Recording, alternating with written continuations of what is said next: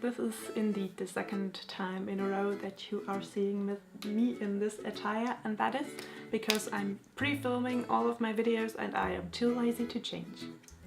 Hi guys, I'm Katie, and today I am reviewing The Boy Who Lost Fairyland by Catherynne and Valente, which is the fourth book in the Fairyland series. And it is actually the first review video in quite a while that I'm doing without my notes, so prepare for chaos. So this book, this is the first book. I'm just putting it back here, can you? Oh, it doesn't fit? No! I'm not quite accustomed to my new shelf yet, I am sorry. Is that here? In this book we are following a character named Hawthorne, who is a troll and is born in Fairyland and gets whisked away by the red wind as a changeling. That means he comes to into the human world, to Chicago, to replace a human child, who then the human child goes to Fairyland.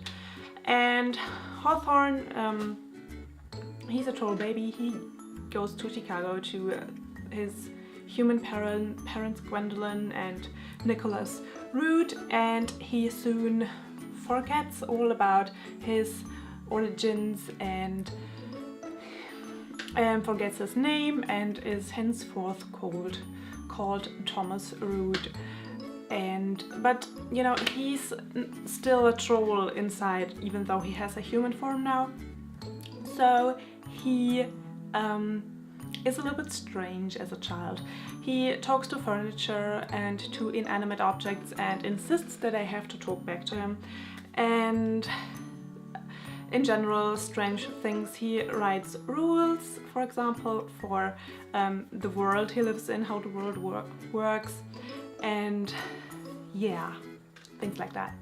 But then of course he is a changeling, and he rediscovers his origins and his true heritage, and eventually ends up back in Fairyland, where he rejoins with our dear September. Yeah, so that is the basic plot that happens. At first I was a little bit disappointed because this story wasn't September wasn't our main character anymore, and I like Hawthorne, or Thomas, who is, as he is called in the half of the story. So I was a little bit disappointed about that, and also it took a while to get into it for me, because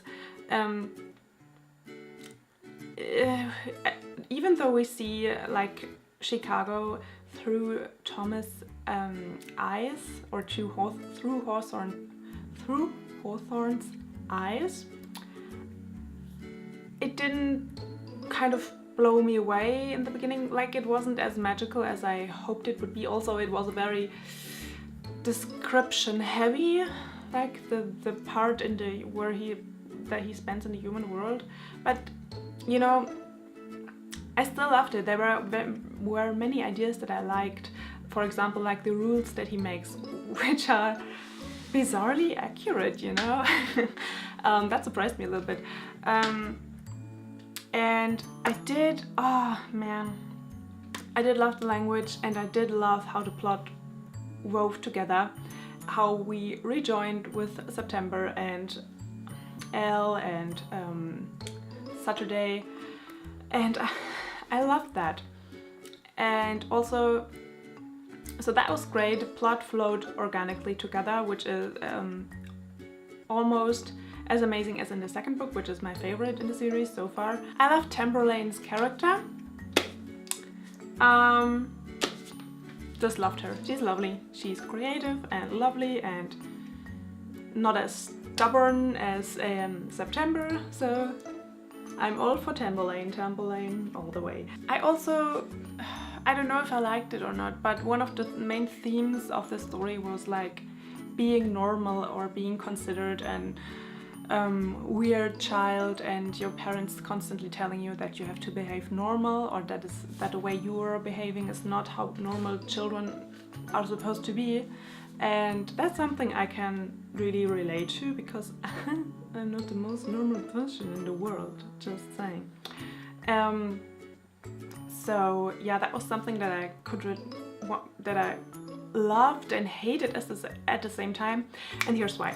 Because the concept of normal and not normal, I hate it so much.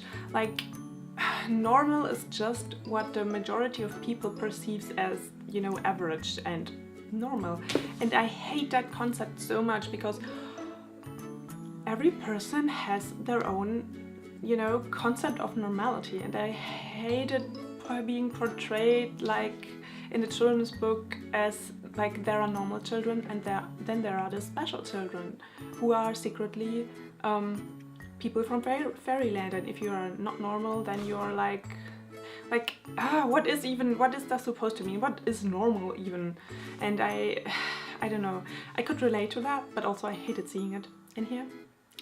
So does that make sense to anyone but me? Or am I just like taking it too far with this book? Anyways, and there's this thing that I didn't like as well, was the ending, which was, as in the third book, quite set-uppy and open, and I just don't like that. I like my stories wrapped up with a pretty bow and a sticker of amazingness. So yeah, that was what I didn't like, but that were basically the only things that I didn't like. I did love, and I did like, that was a thing in the first and the third book as well. The narrator was just overly present and annoyed me quite a bit, and in this book the narrator was a little bit distanced and didn't just, you know, pushed her opinion on us all the time as she did in the first and the second book, in the first and the third book. In the second book that was like the same way. She wasn't like present all the time, and that was what I really enjoyed. Overall, I really enjoyed it. Gave it 4 stars, I think. Was my favorite in the series. It's about even with the third book. Still better than the first book, and overall I think it's an amazing series. And just the complaints I have are just minor complaints. I see that. I am a nitpicker, so yeah. And I am excited to read the last book next year, so yeah guys, that was it. Overall, I really enjoyed this book, and I'm looking forward to the next book, and I hope you're having a wonderful New Year's Eve party tonight, and spend your and that you are, you know, getting through into the transition into the new year like without any problems. Yeah, and as we say in Germany, guten Rutsch. Best wishes for 2017 to all of you, and hope you have a lovely day, and I will see you next year. Bye!